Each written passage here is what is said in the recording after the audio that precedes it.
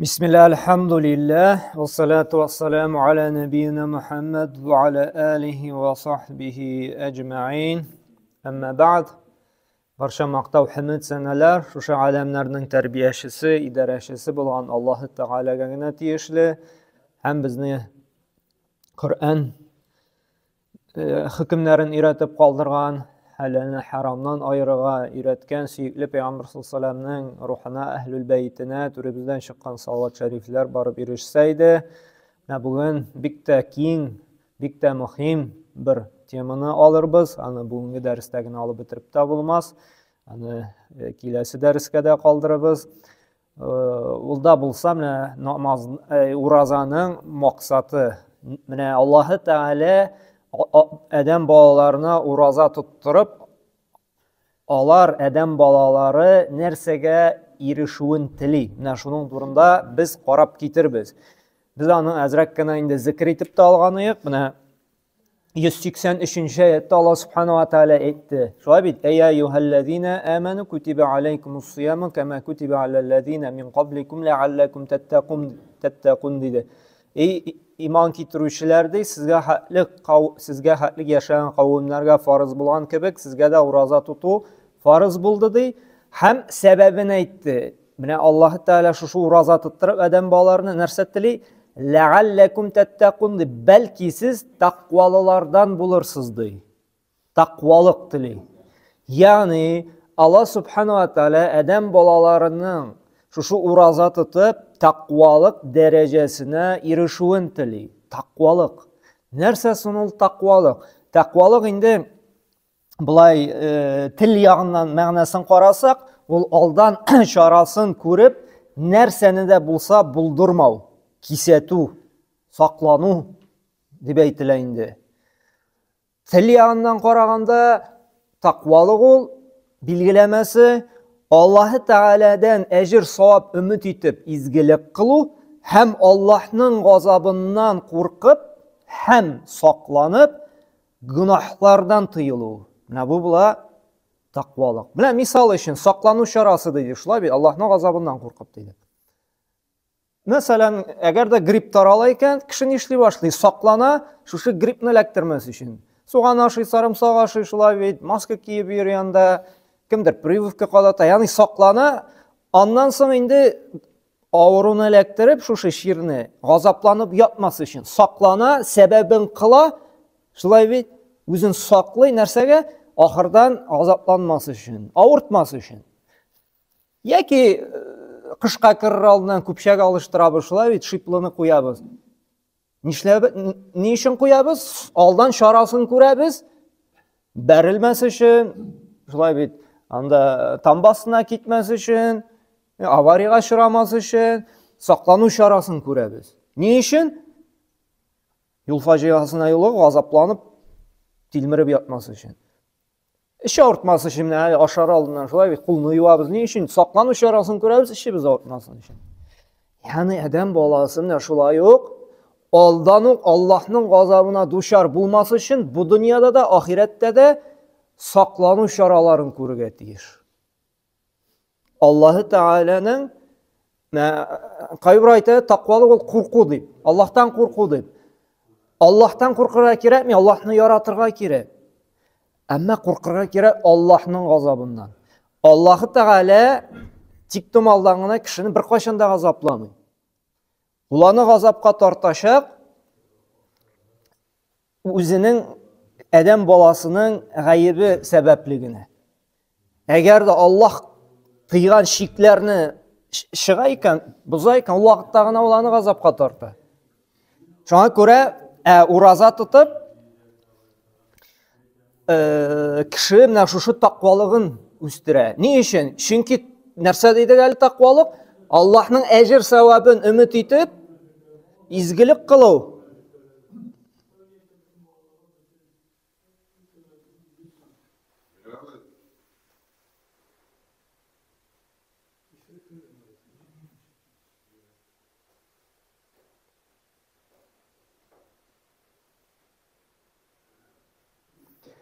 narsa deydi, Alloh taolaning ajr savobini umid etib izgilik qiluv deydi. Shulay deydi. Ham Allah'ın gazabından saklanıp günahlardan tıyılı. Urazada ikisi de var. Çünkü biz Rayyan ışıklarından kürüge ümit etip, hesapsız ecirler tilep, ümitlenip, nişliybiz biz? Urazattabız.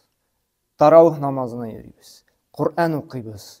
Sadaka veririz. İzgilik kılabız. Hem Allah Teala'nın gazabından korkup tıyılabız şu ayda, hatta halal rızıktan da, günahlardan da. Görəbiz mi? Uraza tərbiyəli bizni. Şu takvalıqqa alıp bara. Hem şuna göre kişi takvalansa, ol nişli başlay, ol kübre Allah'a yakınaya başlay. Çünkü takvalık bilengine Allah Teala adam balasını cennetke kirdi. Hem biz elimine qarab getirbiz. Şu takvalık, takva bendeler için Allah Teala bir köp va'dalar bera, bir köp cennetke kiru bulsunma, problemalar şişu bulsunma, nendiler ağır işte jingillik biruma, rızıkını arttıruma, vakitin malına bereket biruma, bütünüsü biz alarını indimle ülgürgenşe alırız, ülgürmenşek indi ikinci derste biz alarını alıp giteşek biz. Hem Allah Subhanahu wa Ta'ala bir köp ayetlerinde de takva bulurga kuşa hem elimine bir tozu hadisini etmegen min takvalık nerse degende bir hadistekiyle Umar ibn Khattab Ubay ibn Ka'b'tan soruy takvalıkның manası nerse dey hem nerse dey Ubay ibn Ka'b ayta mena dey birer jirde dey taralgan iken dey şenişkiler dey sen ol jirni nişik ötesin dey nişik barasın dey men de qarab baraşaqmın dey şu şenişkilerge basıp ayakını ağırttırması için cerahat alması için dey tırışaşaqmın dey qarab dey ihtibar bilen dey şu yolunu öterge şenişkili yoldan dey mena şu qarab yürüyün şu takvalık buladı yani sen turmuşta da qarab yürüge tiyişsin şu işke kirem iken günahlı bulmayma şu rızıkını aşım iken şu aşağın rızığım halal bulur mu? Yani takvalı kişi her vakitte da sırav bireşek. Şu takvalık anı şu yoldan alıp bara, qaraştırıp. Bugün David bir kişilerge berber. Anın üstelinde rızık halal mı haram mı berber. Anın hayvanı kim şalgan? Ana berber. Bismillah, Allahu Ekber deyip şalgan mı? Hala indi 7 etajlı indi ata-anasının bütün buğunu zikir etip şalıngan mı? Ana berber. Şulay bey. Ana akşa halal kesip bilen kirgen mi? Yaki indi urlap, kaysır kişini aldalap, türlü aferalar bilen kirgen mi? Ana berber. Şuna göre takvalık, ol her vakitte da nişli sıraşa kızıksın. Yani Rabbim riza bulur mu iken? Şu ameline. Ol gel saklana. Takva kişi ayrıla gadi kişiden. Çünkü gadi kişi kim takvalığı yok. Ama namazga da berber, Ramazan ayına da berber, sadakası birileme berber. Takva türlü baskışta bular. Nişi gitip? Mesela kişi namaz okuy. Kişi takvalırak bulgan sayın bularının namazı ayrıla. Nişi gitip? Gadi kişi namazını okuy, takvalığı indi zayıfrek, slab uyarak. Ol okurga mümkün, jiyip optimuna kiş bilen, julay beyt. Qayadır inden de tiz-tizgine farzlarına okuy, sünnetlerinde okumay. Takvalı kişi yok. Takvalı kişi nıg iken, ol indi vakit kirdi, taharetin jirine jitkirip okura, sünnetini de okuy, farzını da okuy, bir namazın dürüst buldu mu iken de, julay beyt. Urazada da türlüşe tutup bula. Adi kişi indi, takvalık meselelerini bilmegen kişi, nişli urazaga kire, kapsi indi, emme kalgan yağın qaramay. Göz urazasına da, ağız urazasına da, kulak urazasına da, hem urazaları türlüşe bula. Takvalı kişinin urazası kaygıra, urazam dürüst mi kendi, ecri kimi mes mi kendi, Демәк, тақвалы кеше һәр вакытта да кайгыра үзенең гамәле тормышы өчен. Дөрес барам микән ди. Менә үзенә күрә бер компас шикелле. Урманда бит инде кем менә теге компас белән ориентироваться итә белә, ул бит инде юлны табып урманнан адашмыйсы чыга ала. Компасы юк икән, яки компас белән идарә итә белми икән инде, ул инде туры юлны тапмыйча адашырга да, тагын да тирәнрәк батырга мөмкин. Тақвалык шуны шикелле. Тақва кеше һәр вакытта да сорый. Менә булай итеп намаз укысам дөресме ди. Менә булай итеп Коръан укысам дөресме ди. Менә булай итеп тәһарат алсам дөресме ди. Закатны ничек бирергә? Ураза нәрсә белән бозыла? Шулай бит һәр вакытта да дине турында сорый. Бала тәрбиясе булсынмы ул, гаилә, никахны ничек укырга, ничек гаиләдә Аллаһ кушканча торырга, бөтен нәрсәне кызыксына. Ни өчен кызыксына? Чөнки ул тақвалык, ул өмет итә Аллаһның әҗерен һәм саклана Аллаһның газабыннан. Тақвалыкның менә нигезендә тора безнең гыйлем. Ни өчен гыйлем? Чөнки гыйлеме булмый икән кешенең, ул белми нәрсәдән сакланырга, нәрсә ул гынах, нәрсә ул савап, нинди гамәл, изге гамәл, нинди гамәл бозык, фәхиш, гынахлы гамәл. Кайбер кеше акылланып әйтә, менә мин кайбер мулла абыстайлардан да тақвалырак әле ди.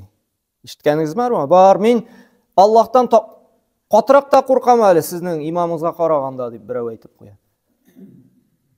Моның сүздә генә, ул аны аңламый да, нәрсә ул Аллаһтан курку, нәрсә ул тақвалы.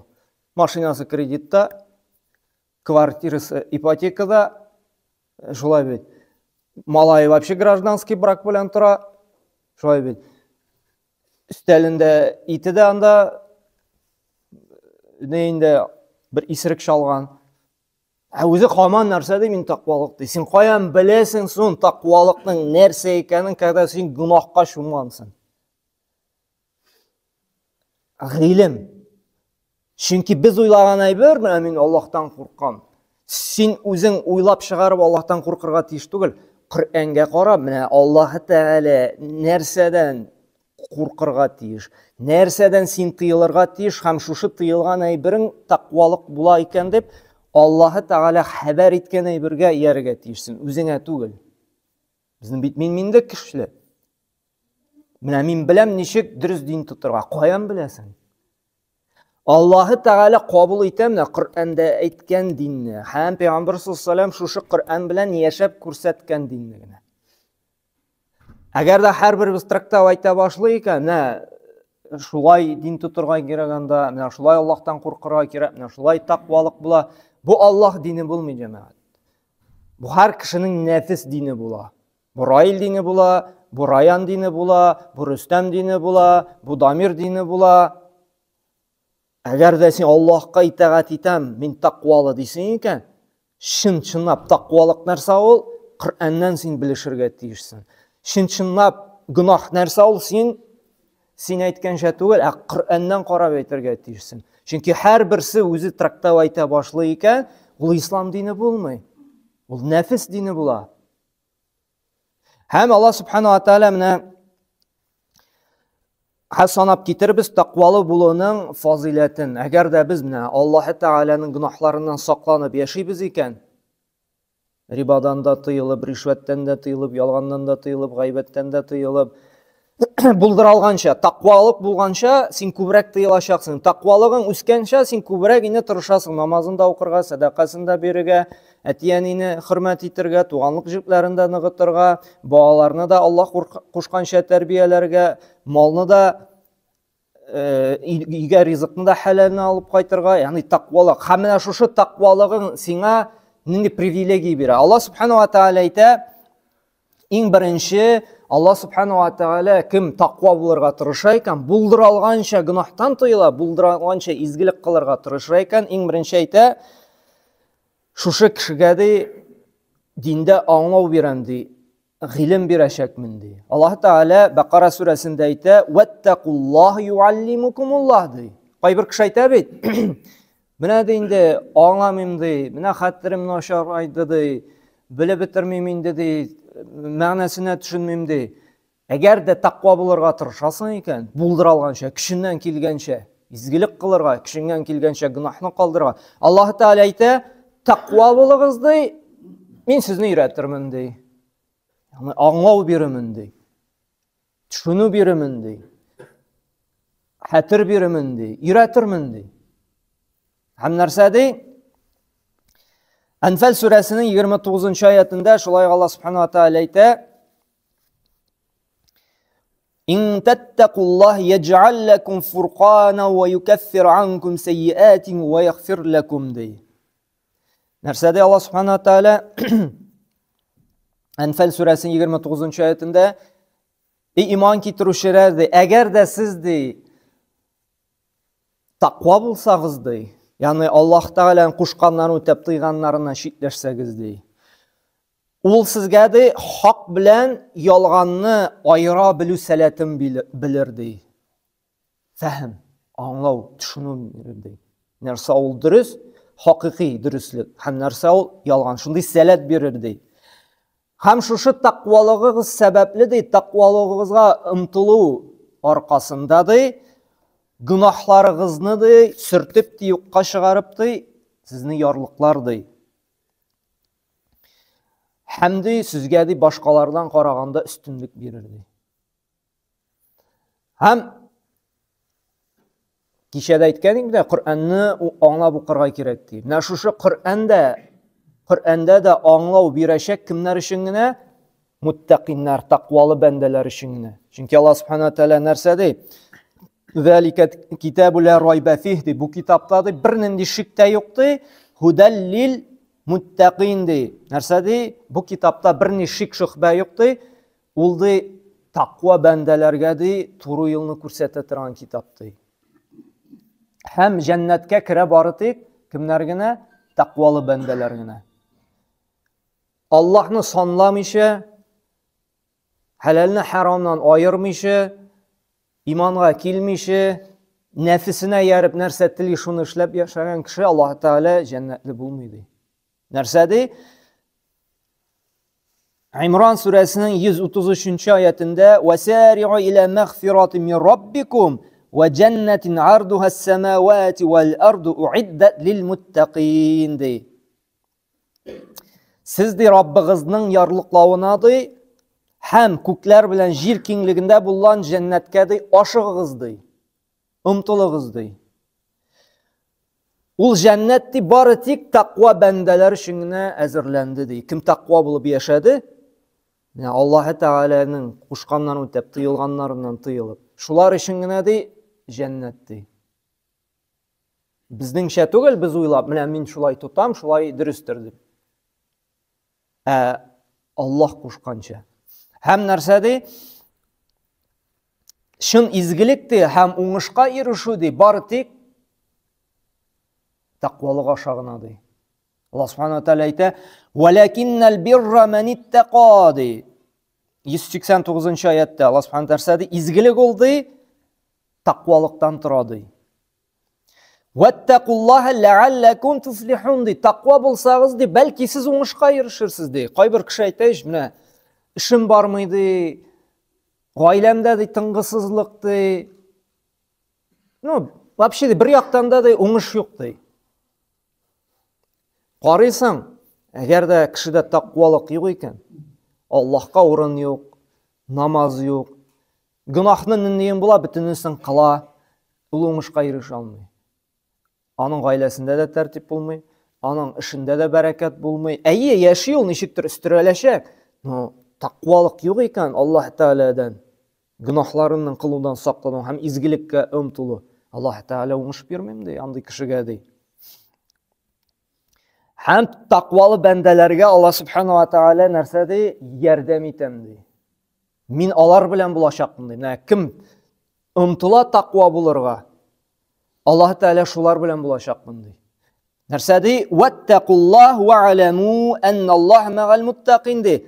Тақва булыгыз ди. Аллаһ тыйган гамәлләрне эшләүдән куркыгыз ди. Biliniz di Allahu Teala takva bendeler bilen di, birge di, bilen di. Nerse degen söz Allahu Teala bilen. Allah sin sırağına duana cevap verir. Allahu Teala seni saklayacak. Allahu Teala bir qaşanda seni qayğı hasrette kaldırmayacak. Iyi, sınarga mümkün, nışığı yolun bireşek. Hem elimle takvalıkның tağın bir şunday zor bir plusu var.